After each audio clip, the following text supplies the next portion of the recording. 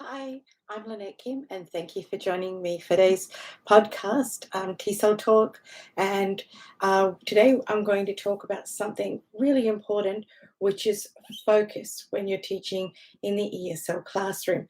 Now, just to give you a bit of background, I've been a TESOL trainer now for, I don't, you know what, I'm not even sure how many years, almost 10, more than 10 years anyway, teaching teachers and training teachers for the ESL classroom, both for online, overseas, and here in Australia, and also been an academic manager for a language school for over 10 years. So, this is a very passionate subject for me because a lot of teachers, particularly new ones, are very anxious about stepping into the classroom. They're excited, they want to do it, but then when it comes to actually being in the classroom, it's a whole different ballgame. Suddenly, you can feel very self-conscious. You're worried about communicating with the students, and the students being adults, it's not the same as teaching children.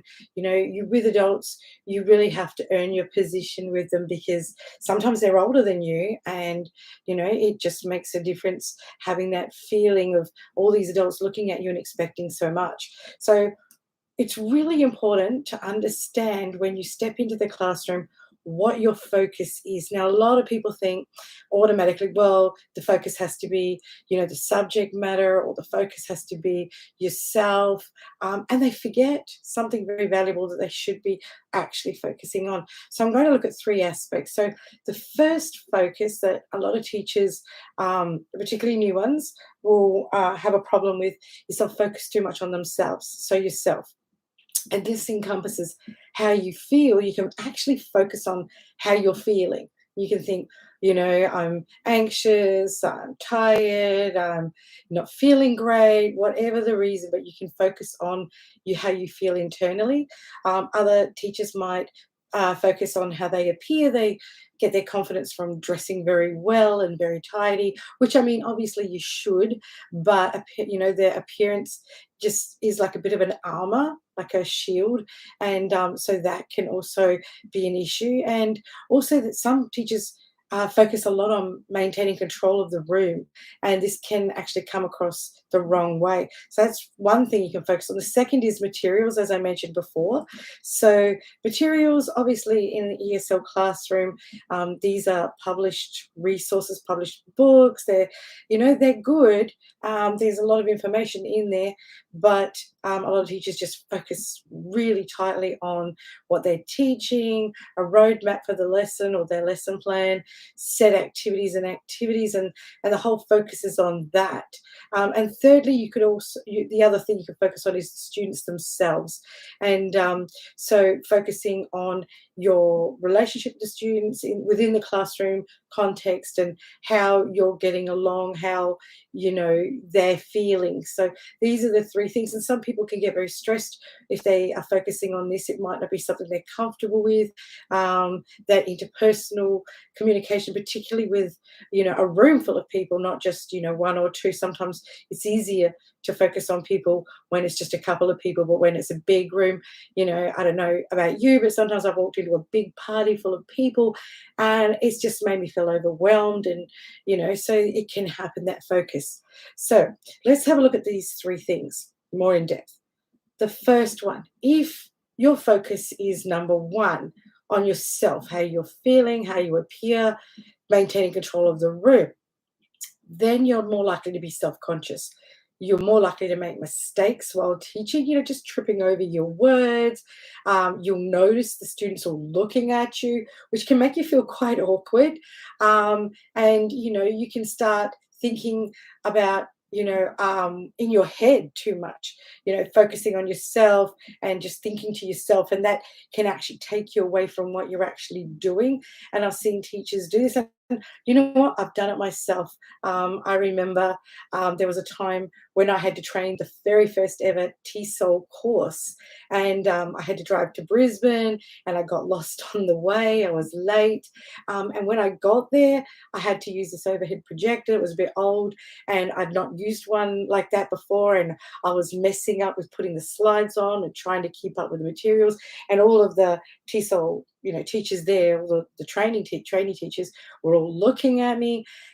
And I just suddenly got nervous and I just started to hyperventilate. I could feel it. I was my breath was hitching and I was like, oh my goodness. And I felt like everyone was staring at me and I felt a little bit dizzy. And I'm like, in my head, suddenly I realized what I was doing. And I looked around the room and I'm like, oh my God, So I just, in my head, I told myself off very quickly. I'm like, stop focusing on yourself. I call myself a name, you stupid girl. And, just calm right down. And so I took a couple of deep breaths, even though people were watching me, even though the lesson had to, what I was training had to keep going. I just took a moment, took a breath, relaxed, and I thought in my head, what are you doing? You know, you focus on these people, what they need. They're the ones that are going to go overseas, or they're the ones that are going to step into the classroom. Stop focusing on yourself. That's stupid.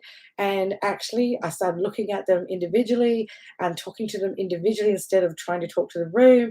And I started thinking about, the material that I was teaching. And so, automatically the flow just came.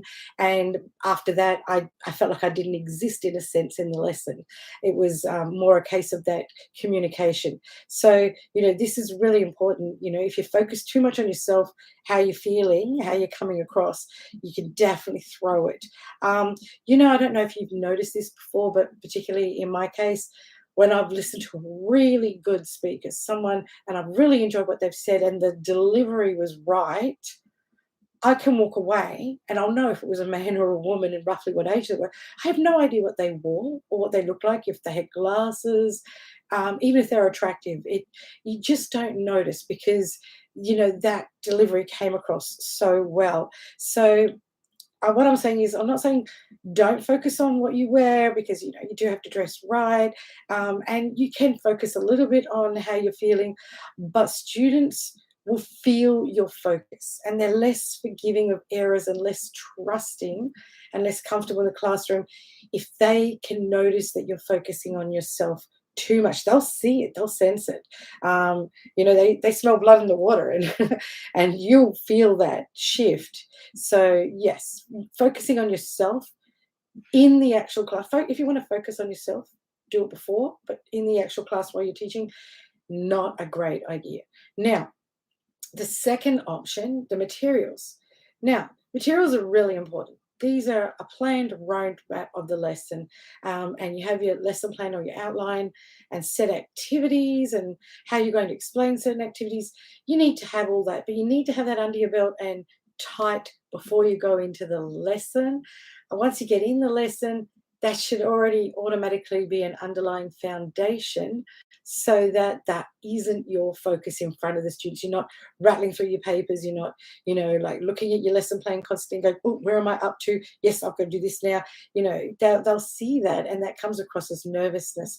So the other thing that can happen with that is that your lesson can be too rigid. Now, the wonderful thing about teaching ESL with adults particularly is that the classroom, the lesson can go off track at any moment because this is adult communication and interaction. And it's a meaningful opportunity to pursue rich interaction with your students in a real life, life skills setting.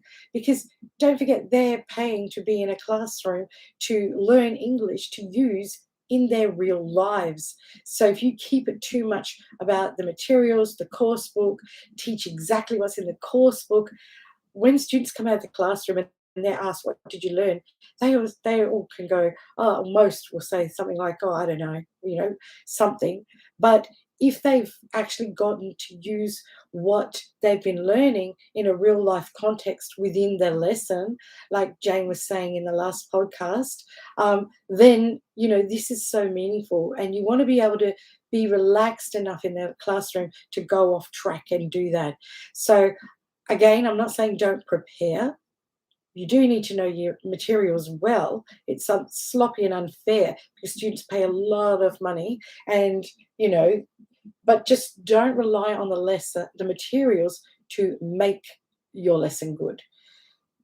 That's your job. Materials are like the vehicle that everybody gets in, but you, the teacher, are the one driving the vehicle and steering the lesson to the learning destination. So you need to know your vehicle, but you also need to know that you're controlling it and you can let it, veer off this way or veer off that way, and, be comfortable enough that, you don't appear that the books in front of you and the materials in front of you are just what you're delivering to the students, because they'll feel like they could have read it by themselves and not have to pay for a teacher to go through it with them. If it's just, do this activity, here are the answers, discuss this, let's get feedback, robotic kind of lesson. Now, the third option that I was going to discuss with you is focusing on the students themselves. Now, this might seem a little counterproductive because, you've got maybe a dozen students in a classroom, oftentimes even up to 18, and you can't focus on every individual student, but you don't need to. It's a general human feeling.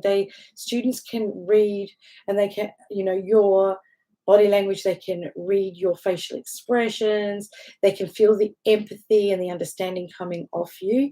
So the most important thing to do, your focus in the ESL classroom foremost, in my opinion, is making those meaningful connections, reading the room, and having maximum communication and empathy with the students.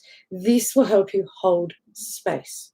You won't have to care about how you look. I mean, yes, you got to dress well, but you don't have to focus on how you look. You don't have to focus on a lot of things in the classroom, because students will automatically feel coming off you that you care and that your number one priority is communicating with them and helping them to understand and get through their lesson. Don't forget, they get nervous too.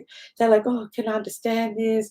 How am I going to learn this? I don't want to look like a dummy in front of the other adults in the classroom, which can go one of two ways. It can make them either shy and unproductive in the classroom, or it can make them, a bit noisier, and it can make them, a bit disruptive sometimes, or it can make them less friendly because they feel awkward. And so, that's going to translate into their mood in that classroom. So it's really important for your students to be relaxed, and they can feel relaxed if they trust you and they can feel that empathy coming from you. They can see that, everything you're doing is to try and help them to get understanding and to enjoy that lesson. So, they're going to really relax, and it's going to be meaningful interaction.